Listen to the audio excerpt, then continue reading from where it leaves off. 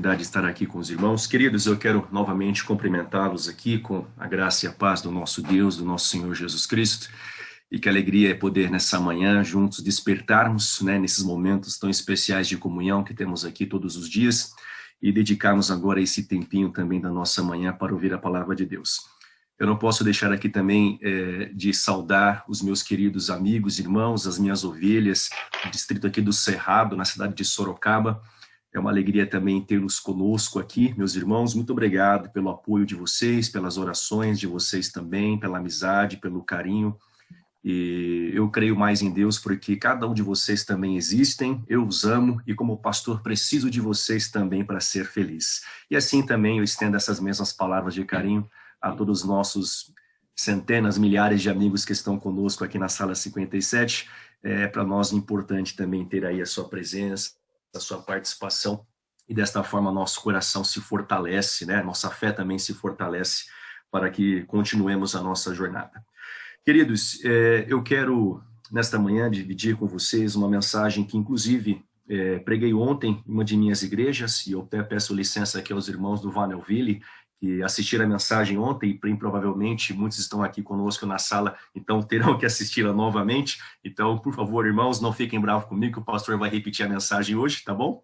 Mas que Deus seja louvado por tudo e que, novamente, o Espírito Santo fale ao coração de vocês e assim também fale ao coração dos demais que estão nos ouvindo aqui a partir desse momento.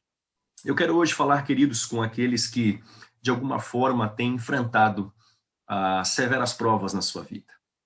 Jesus mesmo já havia nos dito no passado que no mundo nós teríamos aflições e, na verdade, a palavra de Deus, o Novo Testamento em especial, ali os autores, os apóstolos, inclusive o apóstolo Paulo, por várias vezes menciona sobre as dificuldades da carreira cristã, as perseguições que nós enfrentamos, as provas que nossa fé tem que passar, e especificamente também sobre os sofrimentos da era presente. Em Romanos 8, verso 18, Paulo fala sobre isso, ele menciona os sofrimentos do tempo presente, e ali ele fala sobre muitas coisas que nos acontecem em nosso dia a dia, sobre certas decepções, tragédias que às vezes também nos ocorrem, enfim, e que por vezes nos machucam, por vezes abalam a nossa fé, por vezes parecem também abalar a esperança que nós temos em Deus, a esperança que nós temos na nossa salvação. E quantas vezes em situações como estas também não nos perguntamos, onde está o Senhor? Onde está Deus enquanto uma pessoa que eu amo está padecendo em um leito de hospital? Onde está Deus quando a enfermidade atinge a minha vida ou atinge a minha família ou pessoas próximas a mim? Leão da tribo de Judá. Onde está a minha fé no momento em que, de repente, por alguma razão, eu sou perseguido no meu trabalho por conta da minha própria fé, por conta da esperança que eu alimento, por conta da minha fidelidade para com Deus? Eu sei que nessa manhã aqui eu me dirijo aqui a pessoas que de alguma forma ou outra também têm sofrido esta provação na sua fé. Tem passado por uma enfermidade, tem enfrentado problemas no seu local de trabalho, em seu ambiente de estudos, quem sabe também. Você que na sua própria casa muitas vezes tem sofrido certos dilemas, alguns financeiros, problemas financeiros, emocionais, espirituais, enfim. Parece, meus irmãos, que a nossa vida aqui nesse mundo não tem um segundo sequer de paz. Já percebeu isso? Quando nós mal superamos uma provação, quando nós superamos uma dificuldade, quando nós superamos alguma prova em nossa vida, parece que vem uma outra ainda maior depois dessa e nós nos sentimos então tão fracos a ponto de não conseguirmos resistir a essas muitas investidas do diabo contra a nossa vida. E sabe, queridos, eu creio que em meio a todas essas circunstâncias que nos rodeiam, em meio a esses sofrimentos com os quais nós temos que lidar no nosso dia a dia, por vezes eu e você somos levados a nos questionar também sobre o porquê dessas coisas. Afinal, por que sofremos? E é curioso porque no meio filosófico existe um paradoxo onde é dito que é uma impossibilidade haver um Deus bom, um Deus de amor e um Deus onipotente e ao mesmo tempo o mal existir. E segundo alguns céticos da Bíblia, na verdade, se Deus ele é o criador de todas as coisas, e se Deus ele então trouxe à existência tudo aquilo que há em nosso universo, e por consequência o mal também existe, então Deus ele é o responsável pelo mal. E se Deus ele é o responsável pelo mal, ele não é esse Deus de amor que nós pregamos, ele não é esse Deus misericordioso no qual nós cremos, ele não é esse Deus tão bondoso como a própria palavra nos apresenta, como ele parece ser para todos nós que temos fé em seu caráter, que temos fé em seu nome. Como conciliar a existência do sofrimento com a existência de Deus? É fato, e nós cremos nisso, e eu creio nisso convictamente também, que todo o mal em nosso universo, ele é fruto do pecado, não haveria sofrimento, não haveria maldade, não haveria doenças, não haveriam problemas, enfim, não haveria pandemia se não houvesse o pecado. Tudo é decorrência do pecado, tudo é decorrência da rebelião de Adão e Eva, inclusive também da rebelião de Lúcifer no céu. Só que o problema é muito mais além.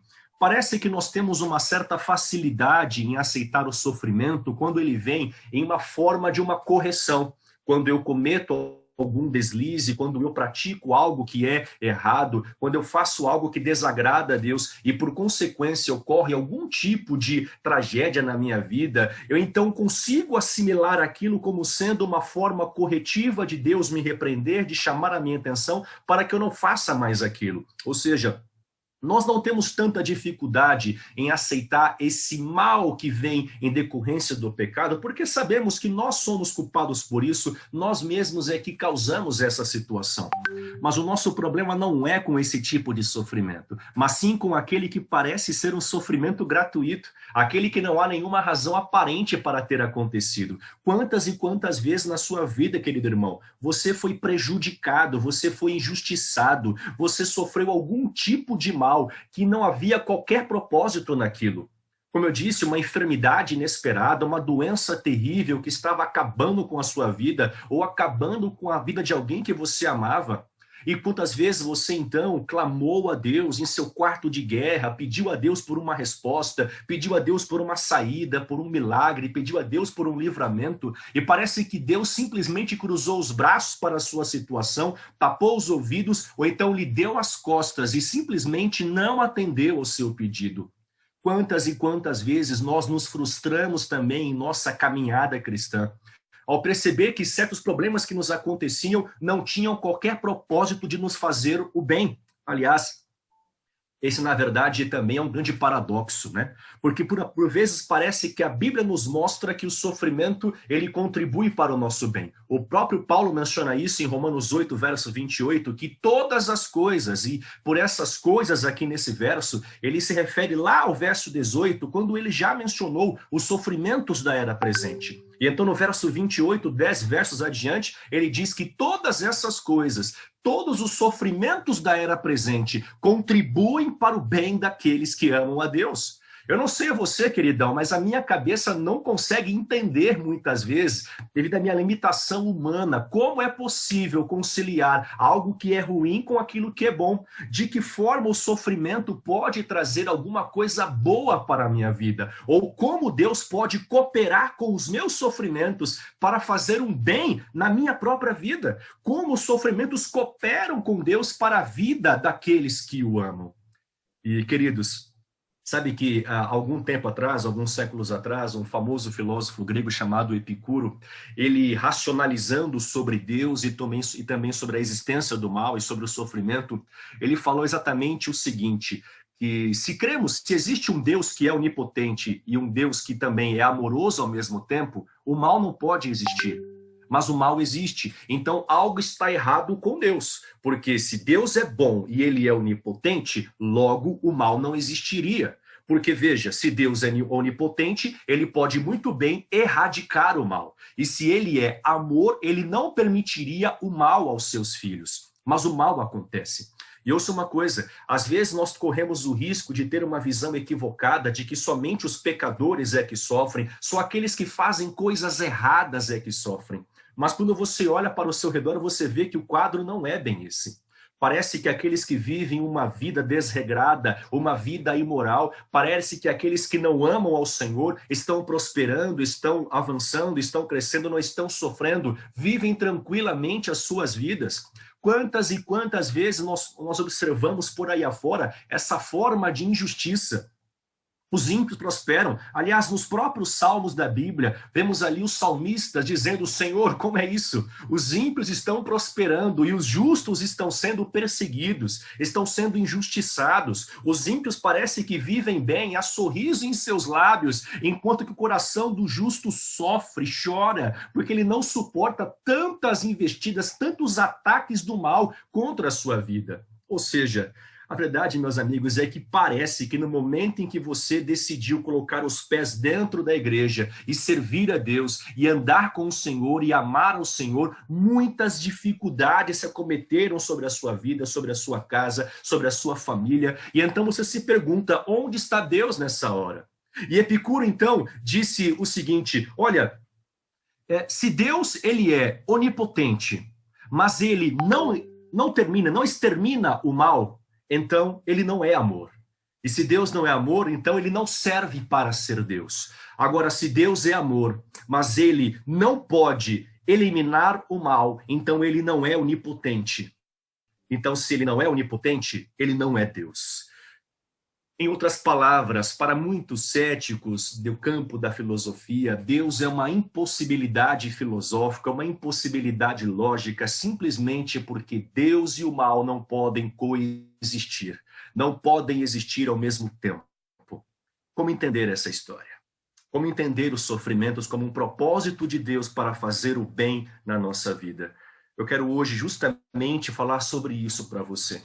E muitas vezes, é verdade que muitas vezes nós sofremos em decorrência de decisões nossas, de atitudes nossas. É verdade também que, por vezes, o inimigo das almas, ele também nos aflige com sofrimento.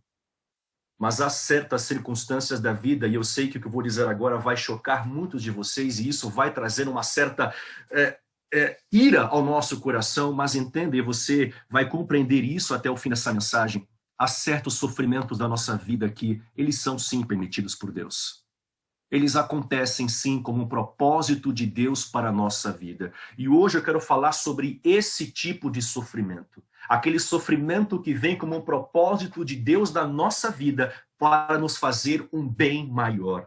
Sabe, queridos, às vezes Deus nos tira coisas para que nós tenhamos mais dele. Às vezes Deus nos priva de certas coisas para que nós busquemos mais a Ele. C.S. Lewis ele tem uma frase interessantíssima que ele fala o seguinte, que o sofrimento é o megafone de Deus para gritar com o mundo que está surdo por causa do pecado. Deus ele fala, Deus ele sussurra em nossa consciência, Deus apela, Deus convida, Deus chama, mas por vezes o homem insiste em não ouvir a sua voz. E é nessa hora, então, após tantos insistentes apelos do Senhor, que ele precisa girar o volume no microfone, e então ele grita para que nós despertemos da nossa realidade. E o grito de Deus, às vezes, em nossa vida é o sofrimento, porque é quando estamos no meio da prova, no meio da dor, que nessa hora melhor podemos enxergar a Deus. Olha que interessante isso. As pessoas que passaram pela prova são aquelas que melhor conheceram a Deus. E um exemplo vivo dessa experiência é o patriarca Jó. Abra comigo a sua Bíblia no livro de Jó, capítulo de número 1. Eu sei que você conhece muito bem essa história, é bem provável que na medida que eu fui aqui introduzindo essa mensagem, você já tenha entendido que eu iria direcionar esta mensagem para a história do patriarca Jó. Eu quero convidar você então a meditar comigo nessa incrível experiência. O livro de Jó, sem dúvida alguma, é uma das histórias mais, vamos dizer, incríveis que nós temos na palavra de Deus. Na verdade, é uma experiência tão incrível, tão extraordinária, um relato tão extraordinário, que muitos chegam a suspeitar se de fato Jó foi uma história verídica, ou não foi apenas uma história, ou seja, um conto, uma parábola, uma ilustração, um mito que foi criado para inspirar fé nos hebreus, para que lhes trouxesse coragem em situações de sofrimento, de dor, enfim. O fato é que, na verdade, nós que somos crentes na palavra de Deus, entendemos perfeitamente e temos boas razões para crer que Jó é uma história. Não é uma história, mas sim uma história. É um fato real que aconteceu e que muito mais do que um relato de um homem que sofreu, um homem que viu a Deus, Jó, na verdade, ele é o padrão. E Jó, ele é a referência que Deus usa como o seu maior argumento para provar a sua justiça e o seu caráter misericordioso. Presta atenção nisso. Jó, ele é o argumento de Deus contra o diabo, para provar a sua justiça e o seu caráter misericordioso. Eu já quero aqui de antemão dizer a você que me ouve nesse momento, você que está aqui no Zoom e você que está aí no YouTube, queridão, presta atenção no que eu vou lhe dizer agora. Você é o argumento de Deus. Você é o argumento de Deus contra o mal. Você é o argumento de Deus contra o diabo. Um dia no céu, Lúcifer acusou Deus de ser tirano, acusou Deus de ser um Deus arbitrário, acusou o Senhor de ser uma figura ditadora e ele disse, inclusive, que Deus ele obrigava suas criaturas a amá-lo, mas que ninguém o servia por livre e espontânea escolha. E Lúcifer, com isso, ele manchou o caráter de Deus perante todo o universo. E então Deus ele reivindica seu caráter através de quem? Através dos seus filhos que são fiéis. E Jó é um deles. Jó não sabia disso, mas Jó era como se fosse um troféu nas mãos de Deus. Porque era através da vida de Jó, da sua fidelidade, que o Senhor reivindicaria para todo o universo e provaria ao diabo que ele, o inimigo, estava errado, mas que Deus é justo, que Deus é amor, que Deus é misericordioso e que é possível sim os seus filhos, mesmo estando eles numa condição de pecado, é possível ainda assim esses filhos amarem e servirem ao Senhor de todo o seu coração. Queridão, não importa quantas dificuldades hajam em nossa vida, o que importa é que é possível servir a Deus. É possível servir a Deus na tempestade. É possível amar ao Senhor mesmo quando não há razões para isso. É possível adorar ao Senhor mesmo quando o nosso coração se encontra tão quebrado, tão machucado, que não há em nós forças para tal ação. Mas ainda assim, é possível ser servo de Deus mesmo quando vivemos num mundo que é dominado pelo diabo. E é isso que Jó nos ensina. Olha o que diz o texto, capítulo 1, verso de número 1, diz assim: havia um homem na terra de Uz, cujo nome era Jó, um homem íntegro e reto, temente a Deus e que se desviava do mal. Veja, a primeira informação que nós temos sobre Jó é esta que encontramos aqui no verso 1. Jó é um homem que vive no Antigo Oriente, em uma cidade conhecida como Uz. Esse é o nome da região em que Jó morava. E a primeira coisa, a primeira referência da Bíblia ao patriarca Jó é sobre as suas virtudes espirituais. Repare que há 4 coisas que a Bíblia fala sobre Jó aqui no verso 1. Primeiro, era um homem íntegro, mas também um homem justo, um homem reto. Ele era um homem que temia a Deus e era um homem que se desviava do mal. Repare numa coisa, querido, Jó não é apenas um homem que não pratica o mal. Jó é um homem que se afasta do mal. Jó é um homem que se desvia do mal. Jó é aquele cidadão, é aquele tipo de pessoa que quando ele prevê o mal, quando ele prevê o perigo, quando ele vê que algo pode levá-lo à tentação, quando ele vê que alguma circunstância pode levá-lo a pecar contra o Senhor, ele se afasta, ele foge. Ele não dá vez ao pecado. Ele não flerta com o pecado. Ele não flerta com a tentação. Ele foge da tentação. Queridão, com a tentação você não negocia. Com o pecado você não flerta. Do pecado você foge. Do pecado você corre, porque brincar com o pecado é igual ao brincar com fogo. Uma hora você se queima. E Jó sabia disso, e por isso Jó, sendo ele um homem íntegro, um homem reto, um homem temente a Deus, Jó se desvia do mal, porque Jó vive para agradar ao Senhor, para servir ao Senhor.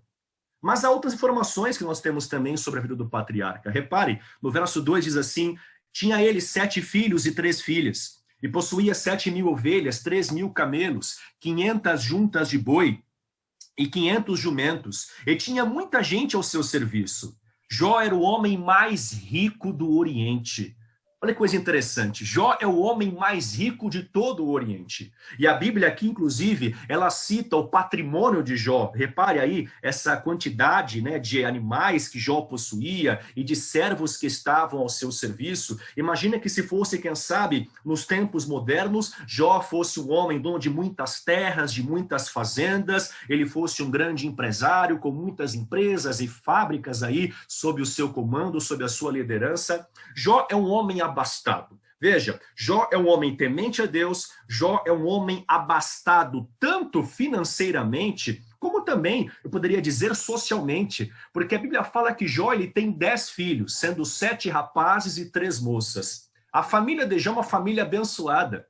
Gente, a família de Jó é uma família bonita, uma família incrível, em que vive bem. Note que, segundo o verso de número 4, os filhos de Jó costumavam dar banquetes ali em suas casas e convidavam uns aos outros ali, os 10 irmãos, constantemente. Eles se confraternizavam e eles celebravam e festejavam juntos. A família de Jó vivia feliz. Jó tinha filhos bonitos, inteligentes, estudiosos, trabalhadores, responsáveis, dedicados, submissos aos pais, bons cristãos, inclusive. Gente, Jó é o tipo de homem que não tem do que reclamar.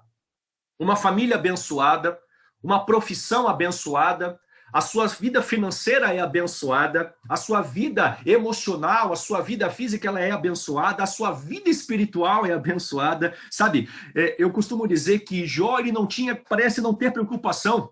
Eu acho, meus irmãos, inclusive, que Jó nunca precisou pagar um boleto atrasado. Jó nunca teve que lidar, por exemplo, com conta de luz, conta de água atrasada. Isso não era um problema para Jó. Jó nunca precisou ficar na fila do SUS, por exemplo. Jó nunca precisou passar por tantas dificuldades que às vezes nós passamos no nosso dia a dia. Jó é um homem feliz. Jó é um homem correto. Jó é um homem de bom coração. É uma pessoa honesta, é uma pessoa que é fiel aos seus, é um bom pai, é um bom marido, é um bom patrão para os seus empregados, é um bom vizinho para a sua vizinhança, é um bom irmão, é um bom cristão para os seus irmãos de igreja. Jó é servo de Deus. Jó teme ao Senhor. Jó ama ao Senhor com todo o seu coração. Agora, há algo mais curioso. Nos diz o verso 5 que Jó ele também era um intercessor. Diz aí o texto, terminado o período dos banquetes, Jó mandava chamar os seus filhos e fazia com que se purificassem, e de madrugada lhe oferecia um holocausto em favor de cada um deles, pois ele pensava, talvez os meus filhos tenham lá no íntimo pecado e amaldiçoado a Deus. Essa era a prática constante de Jó. Além de ser tudo isso que já mencionamos aqui, Jó tem um coração pastoral. Ele se preocupa com a condição espiritual dos seus filhos. Eu sei que nessa manhã há muitos pais que me ouvem aqui. E é bem provável que muitos de vocês também sofram com o fato de ter um filho que, por alguma razão, no momento se encontra longe dos caminhos do Senhor. E eu sei, pai, o quanto isso machuca você. Eu sei o quanto isso aflige a sua alma. Eu sei o quanto isso perturba a sua paz. Eu sei o quanto isso faz com que você derrame lágrimas perante o Senhor. E eu sei que a coisa que você mais almeja na sua vida é a conversão, é a salvação de seus filhos. E eu falo que eu sei porque eu conheço aqui no meu distrito irmãos também que sofrem com esse dilema. Eu tenho na minha própria casa, minha mãe tem um dos meus irmãos, meu irmão mais velho no caso, não serve ao Senhor também. Eu sei quanto minha mãe sofre por saber que um de seus filhos não está no caminho que leva a Cristo. A mãe da minha esposa, o irmão da minha esposa, no caso, também é alguém que não serve a Deus, e eu sei o quanto a minha sogra também sofre por saber que um de seus filhos também não ama ao Senhor e não serve ao Senhor, e eu sei o quanto dói no seu coração. E sabe, eu tenho certeza que Deus ele tem uma atenção especial à oração de uma mãe. E eu sei, mamãe, você que me ouve aqui, eu quero dizer uma coisa para você, querida mamãe. Deus está ouvindo a sua oração, querida. Deus ele está ouvindo a sua prece. Deus tem recolhido as suas lágrimas, minha irmã. Eu quero te dizer uma coisa muito importante. O Espírito Santo está agindo. Deus ele não está em silêncio. Deus ele não está imóvel em relação à sua oração. Ele tem ouvido as suas preces, os seus clamores. Eu quero que você saiba, em nome do Senhor Jesus, que no tempo certo, Deus vai fazer a obra dele. E o seu coração de mãe se regozijará no Senhor ao ver a grande maravilha, o milagre que ainda nesse tempo ele vai operar na sua casa, na vida dos seus filhos. Creia, como Jó, continue intercedendo pelos seus filhos. Continue pastoreando o coração dos seus filhos, para que eles sirvam ao Senhor, para que eles voltem aos caminhos do Senhor. Enfim, pais, pastoreiem seus filhos, façam como Jó fazia também pelos seus. Amigos, este é Jó, um homem abençoado. Agora, a partir do verso 6 do capítulo 1 de Jó, você repara que a situação, o cenário muda. Até o verso 5, nós estamos num cenário que é terrestre, numa dimensão que é aqui, essa nossa realidade humana. Mas do verso 6 para frente, você nota que a dimensão ela vai para uma esfera celestial. Porque agora os eventos do livro começam a ocorrer justamente lá no céu, no trono de Deus. Olha o verso de número 6, o que nos diz aí o texto. Certo dia, os filhos de Deus vieram apresentar-se perante o Senhor. E olha aqui diz o texto. E veio também quem? Satanás entre eles.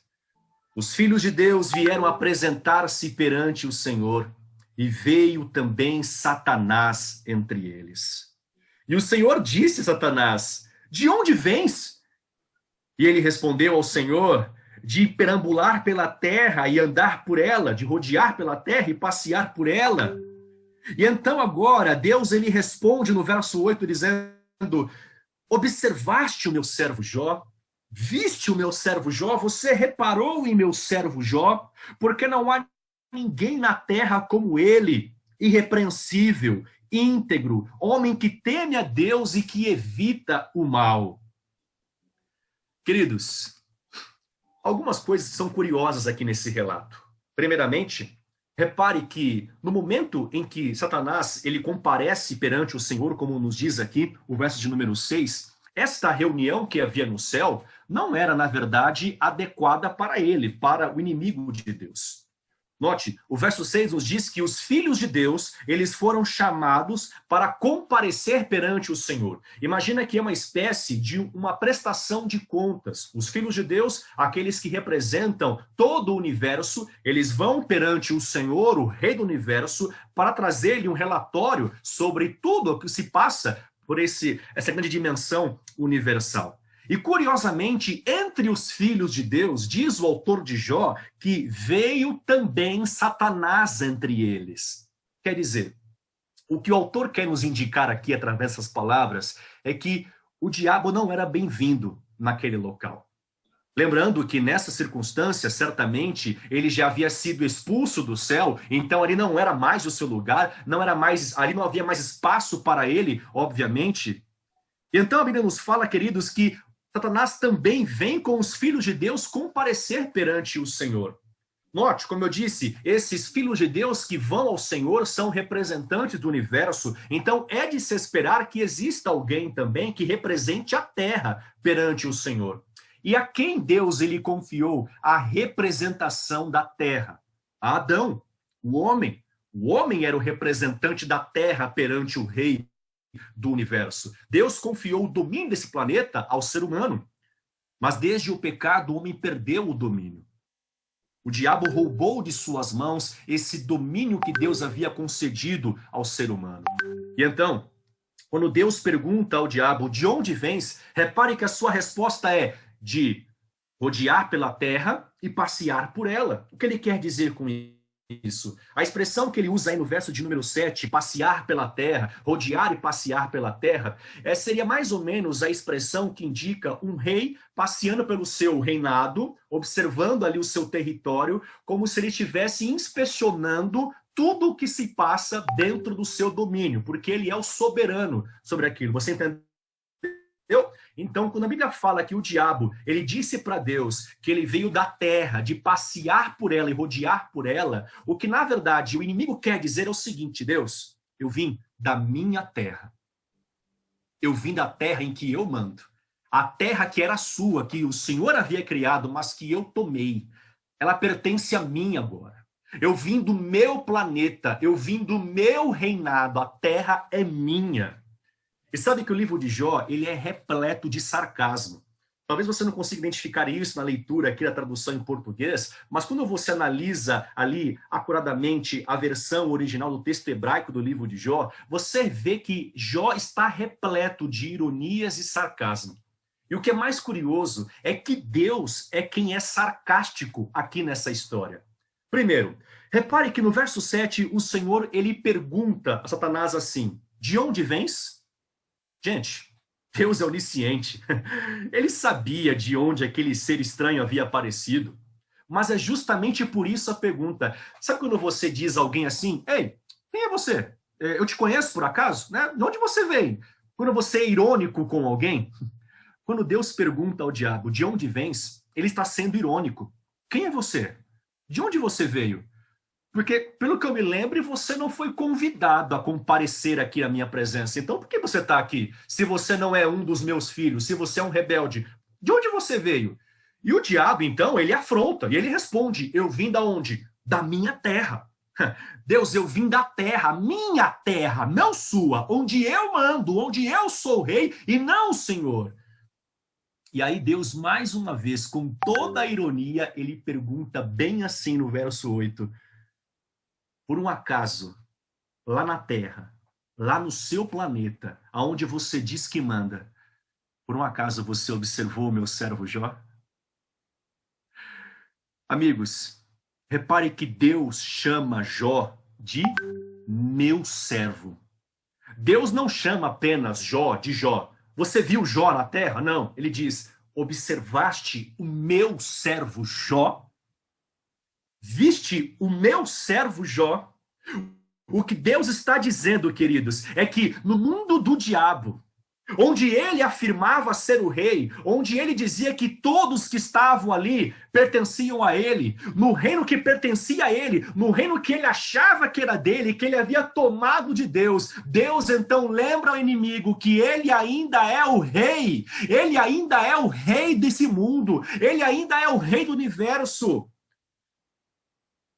Ele ainda é o rei de todas as coisas. Deus lembra ao inimigo que ele tem a soberania, que ele tem o poder e que no mundo que ele achava que pertencia a ele, na verdade, havia um homem cujo nome era Jó. Um homem íntegro, um homem reto, um homem temente a Deus e um homem que se desviava do mal. Jó era servo de Deus no mundo do diabo. Jó servia ao Senhor numa situação, numa circunstância, numa época em que todos talvez viviam para satisfazer os desejos da sua carne, numa época em que todos são servos do inimigo. Então, numa situação como essa, repare que Deus diz ao diabo, no mundo que você acha que você não manda tanto assim, porque lá existe um homem que é meu servo. Lá existe um homem que teme a mim, um homem que é íntegro, um homem que é reto, um homem que é diferente dos demais. Jó é servo de Deus no reino de Satanás. Queridos irmãos, é possível amar ao Senhor mesmo quando todos à nossa volta não o amam. É possível servir ao Senhor mesmo quando à nossa volta ninguém serve a Ele. É possível ser servo de Deus mesmo que todos à nossa volta sejam servos do inimigo. É possível ser servo de Deus. E esse é o argumento de Deus. Jó é meu servo. Jó, mesmo estando ele em pecado, mesmo tendo ele também mesmo sendo ele parte ali da raça humana, que é uma raça caída, Deus diz, ele ainda assim me serve. Ele é meu servo. Ele me ama. Jó é servo de Deus e não tem nada com o inimigo. Mas então vem a resposta do diabo. E no verso 9 ele argumenta, porventura teme Jó debalde a Deus? Na minha versão aqui diz assim, será que Jó não tem razões para temer a Deus? A palavra que aparece na sua Bíblia, debalde, ela tem um sentido mais ou menos assim, algo de graça, sabe? Por exemplo, é como se o inimigo dissesse mais ou menos da seguinte forma, o senhor acha que Jó ama de graça, sem esperar nada em troca? E então o inimigo, ele sustenta seu argumento afirmando, por exemplo, acaso não puseste, verso 10, acaso não puseste uma cerca em volta dele, da família dele e de tudo que ele possui? Tu mesmo tens abençoado tudo que ele faz, de modo que os seus rebanhos estão espalhados por toda a terra. O que o inimigo quer dizer para Deus é: o Senhor abençoou Jó. O Senhor cercou Jó com uma bênção. Claro que Jó ama o Senhor. É claro que Jó é fiel. É claro que Jó é servo de Deus. Porque Jó tem motivos para isso. Porque Jó é abençoado. A família de Jó é abençoada. A família de Jó é feliz. Jó não é doente. A família do Jó não está doente. Jó tem um bom trabalho. Jó ganha bem. Jó é saudável. Jó é próspero. Jó é querido. Jó é abençoado. O Senhor deu tudo para ele. O Senhor cercou de bênçãos a vida de Jó. Desse jeito é fácil. O argumento que o diabo usa é que é fácil servir a Deus, é fácil amar a Deus, é fácil amar ao Senhor quando Deus dá bênçãos. Ou seja, para ele, o homem é utilitarista, o homem serve a Deus, o homem ama a Deus, o homem ora, o homem vai à igreja, o homem louva enquanto ele tem de Deus bênçãos. Se Deus abençoa, ele é fiel, ele guarda o sábado, ele devolve o dízimo, ele faz isso, ele faz aquilo, ele testemunha isso e aquilo mais. Então, quer dizer, é fácil servir a Deus na bonança, é fácil servir a Deus quando tudo vai bem, é fácil servir a Deus quando Deus nos cerca de bênçãos. Mas então ele lança um desafio: toca em Jó, diz ele. Estende a tua mão e fere tudo o que ele tem, e com certeza ele vai te amaldiçoar. Para o diabo, no momento em que o homem deixa de receber bênçãos, no momento em que o homem para de ser abençoado, ele se torna um blasfemo. Ele se rebela contra Deus. E o que é mais interessante é que Deus, então, mais uma vez aqui, o inimigo lança dúvidas acerca das ações de Deus. E agora, queridos irmãos, como eu disse, Jó é um argumento de Deus. E para isso, Deus permite, veja uma coisa importante, Deus permite que o inimigo toque nos bens de Jó. No verso de número 12, o Senhor disse a ele: pois bem, tudo quanto ele possui está nas suas mãos. Apenas não toque nele. Sabe, queridos irmãos, às vezes nós subestimamos o inimigo, mas às vezes cometemos um outro erro, que é superestimar o inimigo de Deus. Queridos, o diabo não é Deus. Ele não tem todo o poder. Ele não é onipresente, onipotente, onisciente. Ele não é criador. Amados irmãos, o inimigo não tem todo o poder. Ele não é todo poderoso. Quero que você entenda, vou usar aqui uma expressão um pouco diferente, mas entenda o que eu vou dizer. Quero que você entenda que o inimigo é só um cachorrinho na coleira. Porque Deus é quem tem o poder. Ele é poderoso, ele é soberano, ele é maior do que os céus, do que a terra, do que todo o universo. Não há outro Deus como esse Deus, não existe outro Deus, na verdade. Não há ninguém que se compare ao Senhor. Não há homem, não há nação, não há reino, não há nada, absolutamente nada que se compare em poder, em glória, em majestade com o Senhor. Deus é soberano, Deus tem todo o poder, é Ele que tem o domínio sobre o universo, sobre a nossa vida. E Deus prova isso dizendo: Jó é meu servo, Jó me ama, Jó me serve no mundo em que o diabo pensa que todo mundo serve a ele. E Deus diz: tudo bem, faça o que você quiser, mas não toque na vida de Jó. Lembra quando Paulo fala em Coríntios que Deus não permite provação maior do que podemos suportar? É esse o ponto. É esse o ponto, queridos. Quando eu digo que nós somos o argumento que Deus usa para provar seu caráter perante o universo, aqui está uma evidência em que Deus, ele usa a vida de Jó como um exemplo para provar que, mesmo não tendo razões para amar, o homem ainda assim pode amar a Deus e servi-lo de todo o seu coração. Você conhece a história, e a partir do verso 13, então, o diabo ele sai e ele começa a tocar nos bens de Jó. Ali no verso de número 14, nos é dito que, primeiramente, os bois de Jó e os seus animais, em geral, eles são atingidos por um ataque, e os seus servos também são mortos à espada.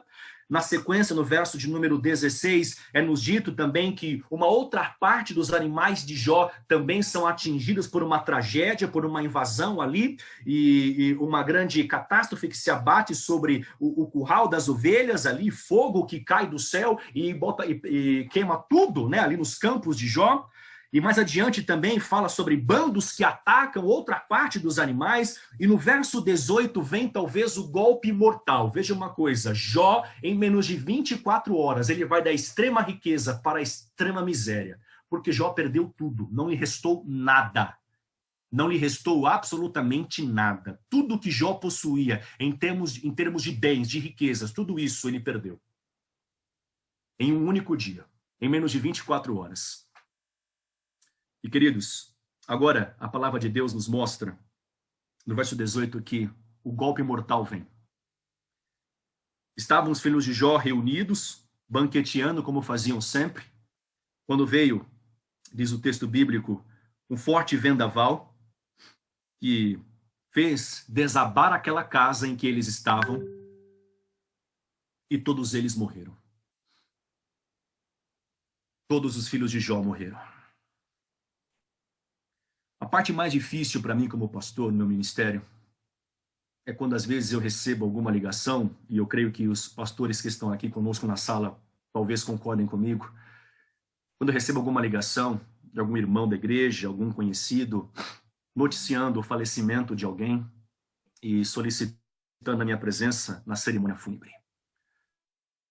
Confesso a vocês, meus irmãos, que isso é algo que machuca muito o meu coração. Eu vou, logicamente, atender o pedido, mas eu confesso que eu não vou com alegria. Eu vou com tristeza.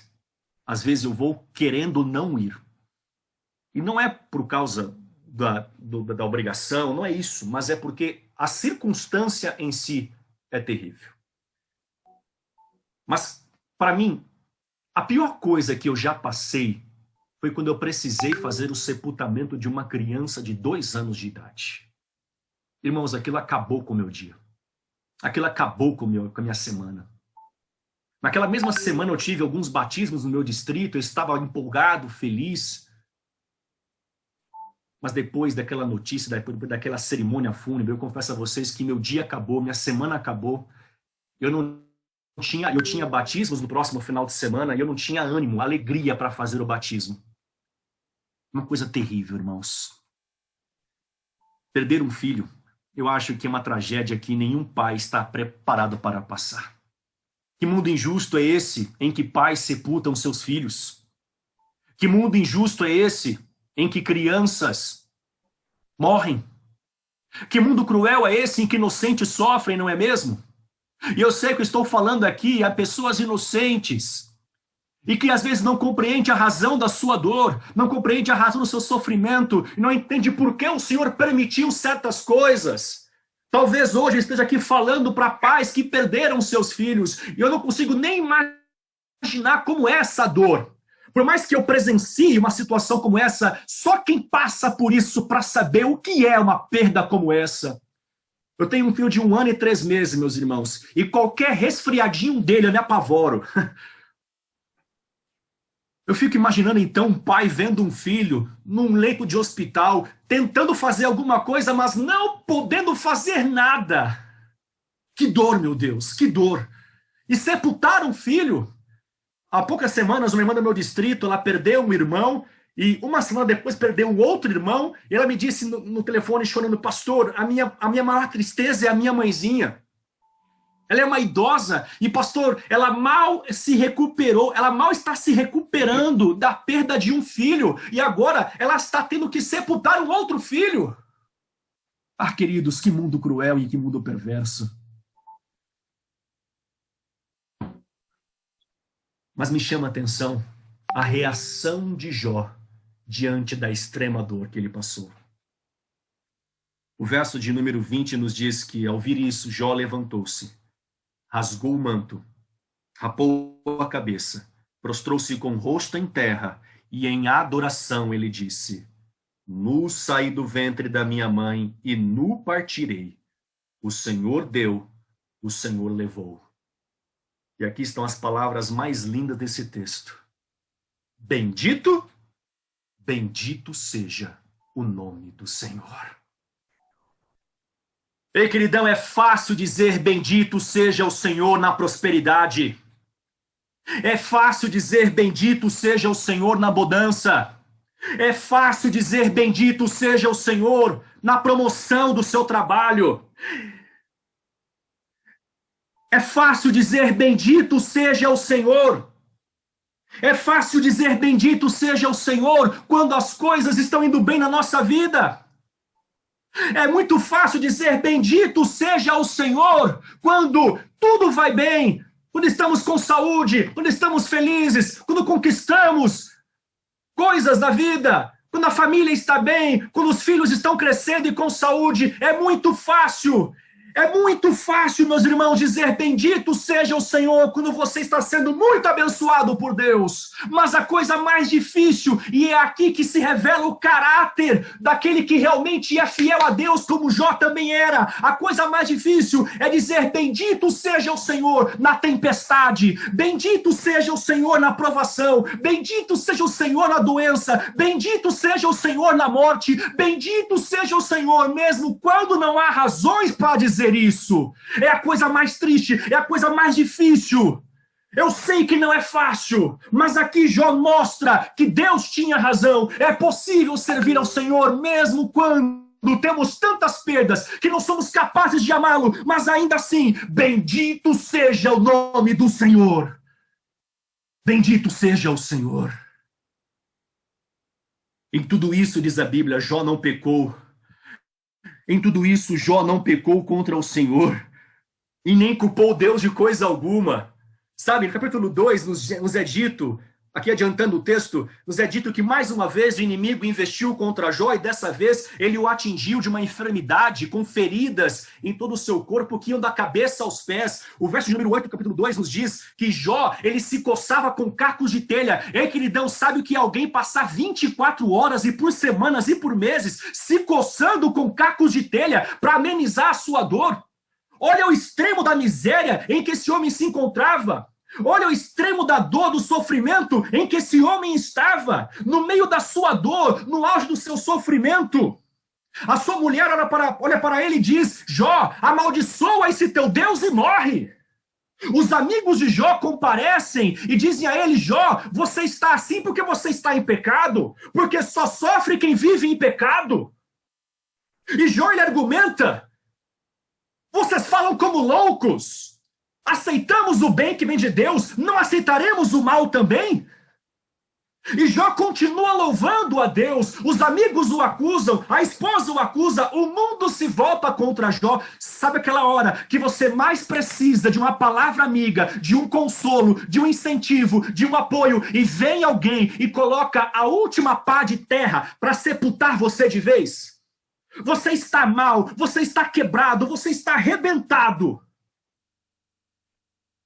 E vem um cidadão, e ao invés de, às vezes, não dizer nada, porque há ocasiões em que é melhor ficar em silêncio do que dizer alguma coisa que vá ferir, a pessoa vem e piora ainda mais o seu problema, piora mais ainda a sua situação. Esse é o caso de Jó, queridos. Esse é o caso do patriarca Jó. Mas no capítulo 19, ali, no extremo do seu desespero,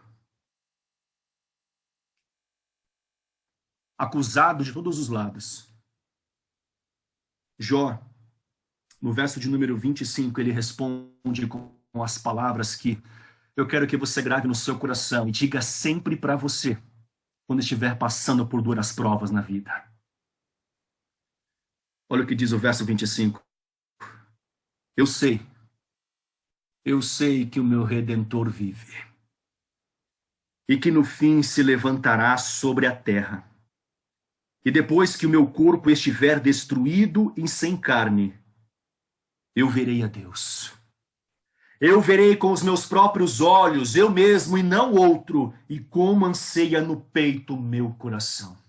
Jó não sabia quanto tempo de vida a mais Deus iria lhe conceder. Jó não entendia o porquê do seu sofrimento. Jó não entendia a razão da sua dor. Jó não entendia o que estava se passando. Jó não entendia onde ele havia errado e se é que ele havia errado. Jó não compreendia o propósito da sua dor, o propósito do seu sofrimento. Mas em meio a essas incertezas, em meio a essa insegurança, em meio a essa dor, Jó, então, com todo o suspiro que lhe resta, com a força que ainda lhe resta, lá do fundo da sua alma, Jó, ele ergue a sua voz e ele então grita para todos dizendo: eu sei que o meu Redentor vive. Eu posso morrer, mas ele está vivo. Os meus filhos morreram, mas ele vive. Eu perdi tudo, mas ele ainda está vivo. Eu sei quem é o meu Redentor. Eu sei que ele está vivo. E eu sei que no fim ele vai se levantar sobre a terra. E eu sei que com os meus próprios olhos, ele diz: ainda que ele me mate, eu verei a Deus. Ainda que a minha carne se corrompa, seja destruída pelos vermes, eu verei a Deus um dia, porque ele vai me levantar do pó, ele vai me ressuscitar. Se eu morrer, ele me ressuscita. Se ele não me curar e eu morrer, eu sei que ainda assim eu verei. Mas o ponto é, eu sei que meu Redentor vive, e que no fim ele vai se levantar por sobre a terra. Queridos, nosso Redentor está vivo. Irmãos, nosso Redentor vive. Deus não está morto. Às vezes a gente pode não vê-lo, não ouvi-lo, não senti-lo, mas ele está do seu lado. Querido irmão, Deus continua do seu lado.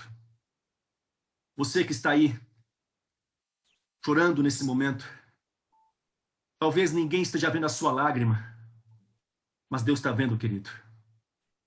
Deus vai limpar as suas lágrimas um dia, porque Deus está vivo. E nada, nem mesmo os poderes do mal podem contra o Senhor. Agindo Deus, quem impedirá? O Redentor vive. E no fim dessa história, algo impressionante acontece.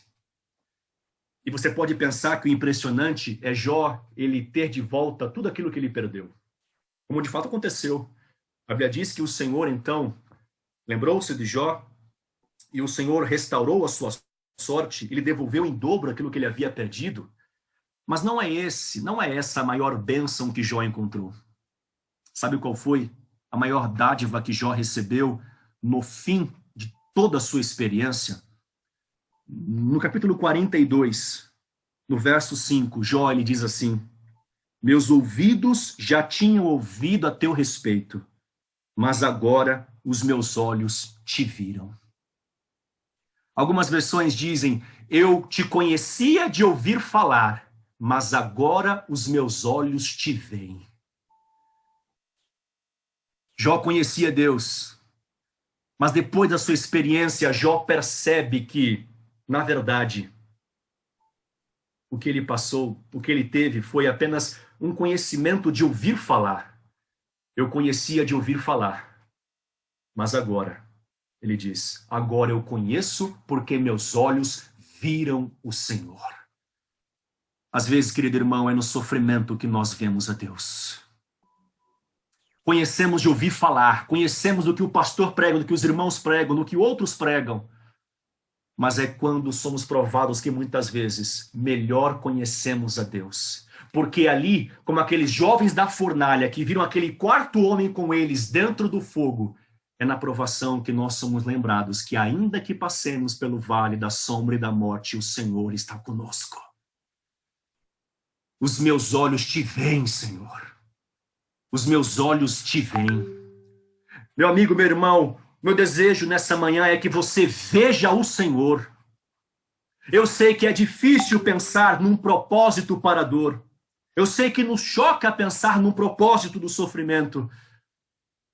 Mas todos aqueles que um dia enfrentaram a prova, enfrentaram alguma forma de sofrimento, a sua fé saiu ainda mais robusta, ainda mais fortalecida, porque eles viram ao Senhor, eles viram a Deus. Eu quero concluir com aqui uma citação interessante. Conta-se que durante os horrores do Holocausto, na Segunda Guerra Mundial, em que 6 milhões de judeus perderam as suas vidas. Em um dos campos de concentração ali, um dos principais deles, em Auschwitz, na Polônia, foi encontrado ali, em uma parede, uma inscrição que dizia mais ou menos assim: se Deus existe, ele terá que implorar o meu perdão. Alguém talvez revoltado pelo que passou, pelo que sofreu. É difícil a gente pensar onde estava Deus em Auschwitz. Existe um psicanalista muito famoso, Viktor Frankl, autor de muitos livros aí mundialmente conhecidos. E Viktor Frankl era um judeu, e ele também foi levado aos campos de concentração. Viktor Frankl, inclusive, ele era discípulo de um outro filósofo austríaco, Sigmund Freud. E Freud, você sabe, era um ateu, louco por sinal. E Freud, ele, entre muitas coisas, ele havia dito, por exemplo, que no sofrimento, na miséria, o homem se revela como um monstro. Quando o homem passa necessidades, quando o homem é privado de certos prazeres, o homem se transforma num verdadeiro monstro. E no Holocausto, Viktor Frankl, ele disse que ele viu, de fato, santos que se transformaram em verdadeiros monstros. Pessoas que, talvez para obter um pedaço de pão, traíam os seus compadres, os seus compatriotas judeus. Pessoas que se vendiam aos militares nazistas, que se corrompiam, que entregavam os judeus para a morte, denunciavam os judeus. Viktor Frankl disse que no Holocausto ele de fato viu muita gente se transformando em monstro. Mas Viktor Frankl, ele relata que enquanto muitos ali dentro se rebelaram, outros se transformaram em verdadeiros heróis. E ele disse: muitos nos campos de concentração viram o diabo. Eu vi Deus. Ele relata que ali no seu sofrimento ele encontrou Deus. Ele relata que no meio das suas extremas dores e das suas perdas, foi ali que ele teve um encontro real com Deus. Eu não estou aqui justificando o holocausto, não é isso, pelo amor de Deus.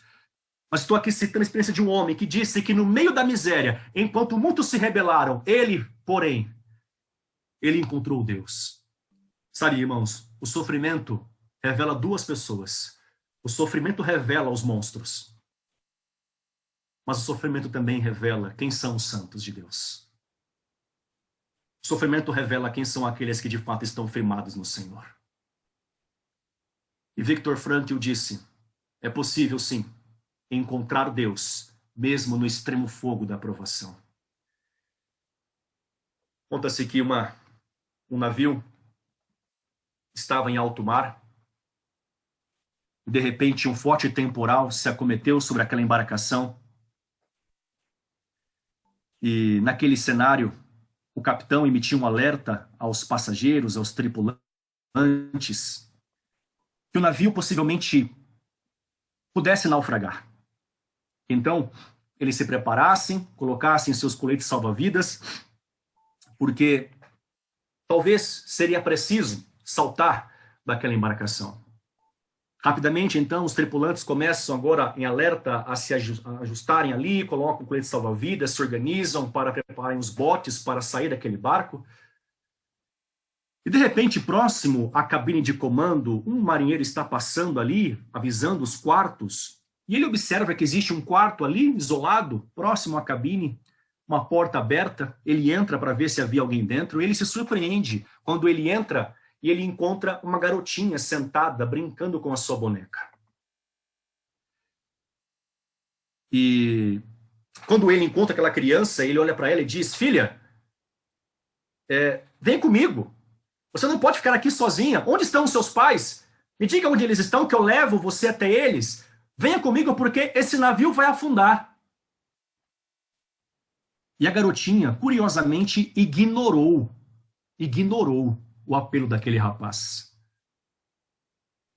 E ele insistiu mais uma vez com ela: mocinha, por favor, venha comigo. O navio está afundando e você não pode ficar aqui sozinha. E a moça continuou ignorando aquele homem. E ele, já um pouco impaciente, ele vai até ela, se abaixa onde ela está, pega pelo braço e diz: filha, por favor, venha comigo. Onde estão os seus pais? O navio vai afundar. Você não está com medo? E então, A moça agora decide responder e ela se volta para aquele marinheiro e diz a ele, inocentemente, não, tio, eu não estou com medo. Eu não estou com medo. E ele então se intriga, mas como? Como você não está com medo? Você não vê que o navio está afundando? E a moça responde, tio, o navio não vai afundar, fica tranquilo. E ele então diz, mas como você pode dizer uma coisa dessa?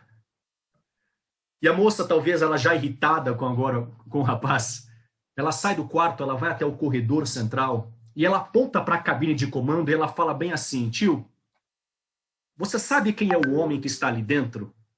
E ele responde, sim, eu sei, é o capitão do navio. E ela diz assim, não, tio, é mais do que o capitão. Porque o homem que o senhor conhece como capitão, eu conheço como meu pai. Tio, papai é o piloto. O navio não vai afundar, e por isso não estou com medo, porque papai é o piloto. Então, tio, enquanto papai for o piloto, fica tranquilo. Esse navio não vai afundar. Papai é o piloto. Talvez hoje você sinta a sua vida como aquele navio, quase que naufragando. Eu só quero te dizer uma coisa. Papai é o piloto. Papai é o piloto. Esse navio não vai afundar. Ele pode ser abalado o quanto for, querido. Mas enquanto papai for o piloto, nossa vida está segura em suas mãos. Coloque a sua esperança no Senhor. Tiago nos lembra que a aprovação de nossa fé produz perseverança e um caráter aprovado. Louve a Deus nesse dia. Tendo ou não razões para isso, louve ao Senhor. Diga que o seu Redentor está vivo. E aconteça o que for, a sua fé continua firmada nesse Deus. Não por aquilo que ele faz, mas por aquilo que ele é. Deus é soberano, Deus é santo, Deus é justo e Deus é misericordioso. Um dia, o mal vai ser erradicado. Sabe por que eu digo isso? Porque o Filho de Deus também experimentou o extremo da agonia e do sofrimento. Na cruz ele foi esmagado por nossas transgressões e experimentou a separação total do Pai. E por isso ele gritou, meu Deus, por que me abandonaste? Mas Jesus sofreu o extremo do sofrimento para que você não precisasse sofrer. Nossos sofrimentos não se comparam àquilo que Cristo sofreu. Os sofrimentos de Jó, por mais intensos que tenham sido, não se comparam àquilo que o Salvador suportou por ele, porque ninguém pode carregar o pecado do outro, mas Cristo carregou o nosso pecado.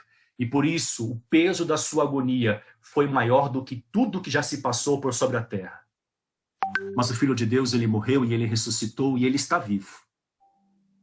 E é ele que nos momentos de maior dificuldade da sua vida te sustenta no braço, te segura no colo e diz ao seu coração, papai ainda é o piloto. Confia. Porque quando tudo isso acabar, você verá a Deus. Um dia veremos a Deus, irmãos. O conheceremos face a face, como plenamente somos conhecidos. E então vai se cumprir o que disse o apóstolo Paulo em Romanos 8, verso 18. Os sofrimentos da era presente não se podem comparar com a glória futura que em nós há de ser revelada. O meu desejo é que a minha e a sua esperança, a nossa fé, esteja hoje e sempre firmada no Senhor. Que Deus abençoe a sua vida, Deus abençoe o seu dia. Vamos fazer uma prece? Senhor, às vezes não temos razões para te louvar. Às vezes nos faltam forças, Senhor, para te buscar. Mas é nessa hora que nós somos lembrados que o Senhor é Deus. Somos apenas humanos, somos apenas pó. Mas o Senhor continua sendo Deus. Como diz aquela canção, o Senhor fazendo ou não fazendo, o Senhor continua sendo Deus. Nos dê, Pai, coragem para te louvar no meio da tempestade e para confiar que o Senhor ainda é o piloto e que por isso nem com a mais severa tempestade nossa vida vai naufragar. Nos dê paciência para suportar as provas que temos passado, Senhor. Nos dê paciência para entender que em tudo o Senhor tem cooperado para o bem. E o bem maior que o Senhor deseja é nos tornar parecidos com Jesus, como diz a tua palavra. Então, se a provação vier, Senhor, estaremos prontos. Porque aconteça o que for, nosso Redentor vive. E no fim, ele se levantará sobre a terra. E todas as enfermidades, tristezas, dores de nossa alma, de nossa vida, elas desaparecerão. E a morte já não existirá. E viveremos para sempre, na tua companhia, na tua presença. Portanto, desde já dizemos que na adversidade ou na bonança, em tudo, bendito seja o nome do Senhor. Bendito seja o Senhor que vive e reina para todo sempre. No nome do nosso grande sumo sacerdote Jesus Cristo, nós oramos. Amém, Senhor. Amém. Obrigado, amigo. Bênção, jovem pastor. Uma bênção. Alguém me perguntou assim, pastor, por que sofremos? Eu disse, Jesus veio para te salvar, não para que você não sofresse. Que tola ilusão de achar que nós não vamos sofrer, né, pastor? Verdade. O nosso mestre sofreu. A gente não pode esquecer disso. Jesus veio para nos salvar, não para que não sofrêssemos. É certo, pastor, que quando ele revelar a quantidade de sofrimentos que por bondade ele evitou que passássemos, nós vamos glorificar o nome dele pelos sofrimentos que passamos. Porque vamos entender que ele aliviou o peso e permitiu só aqueles que iriam moldar nosso caráter à semelhança de Cristo. Porque a Bíblia diz que o Senhor não permite que nós carreguemos qualquer peso, fardo ou dificuldade que nós não consigamos suportar. Deus tem o sofrimento sob medida. Ele permite o sofrimento sob medida, pastor. É verdade. Muito obrigado por nos fazer entender isso, amigo. Amém. Deus te abençoe. A mensagem foi trazida direto pelo Espírito Santo do Senhor. Amém? Amém. Deus seja louvado, pastor. Amém. Obrigado, viu, querido? Quero contar mais vezes aí com a sua boa vontade. Com certeza. À Amo disposição. você, eu preciso de você para ser feliz. Você é a parte visível de Deus e eu creio mais em Deus porque você existe. Amém. Também te amo, meu pastor. Um abraço, querido. Um abraço. Eu vou chamar o moço aqui agora, já direto. Direto, sabe por quê?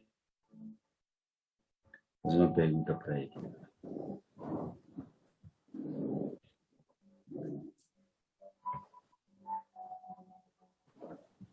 Amigo, pastor Cimei e dona Roberta, tudo bem? Tudo bem, meu pastor? Agora sim. Agora sim. Papai é o timoneiro? Com certeza absoluta. Nenhuma dúvida. Aquele não é só o capitão do navio, né? Uhum. É o papai. E quando o pai está na direção, né, pastor? Uhum. Com certeza, pastor.